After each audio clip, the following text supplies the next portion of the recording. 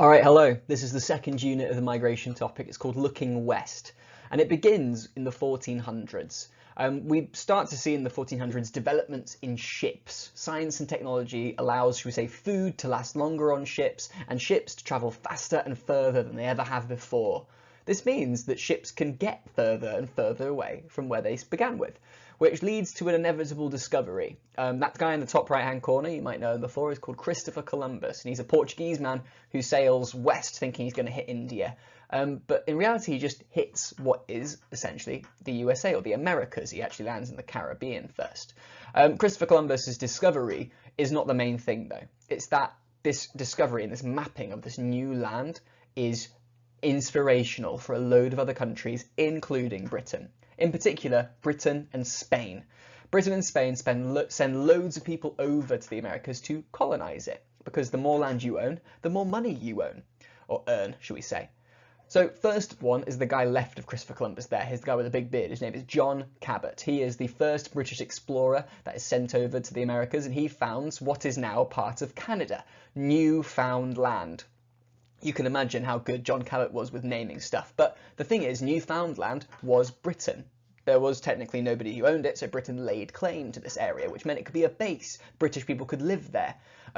British people went and did live there. Some explorers called John Hawkins and Walter Raleigh went on and became, should we say, further explorers. They didn't just go to America, they stopped in Newfoundland and went and explored further areas and discovered more of this map, finding new areas that might be worth exploring or worth living, and these new colonies could start to spread about. British people could spread.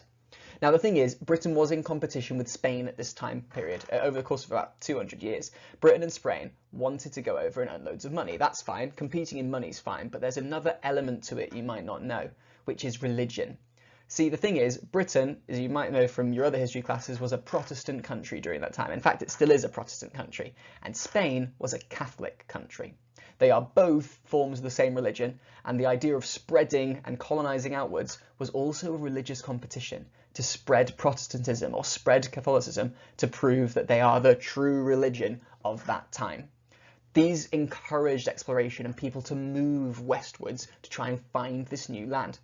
But as well as it being just, a celebration or a show off, it also earned you money, didn't it? See, the thing is, these new lands also had new things that you couldn't get back in Europe.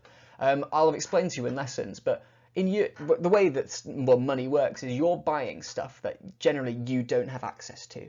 The rarer the thing, the more expensive it is. And so all the stuff that grows only in the Americas is going to be rare. Things like cotton and tobacco and sugar were all kind of discovered during this period, and everyone was like, oh, this stuff is good. This stuff, I'll pay money for this stuff. So people realized if we produce lots of these crops in America and bring them over to Europe, we will make loads and loads of money off of this. Now, this kind of created its own unique problem, because these ships now could move across this massive ocean, the Atlantic Ocean.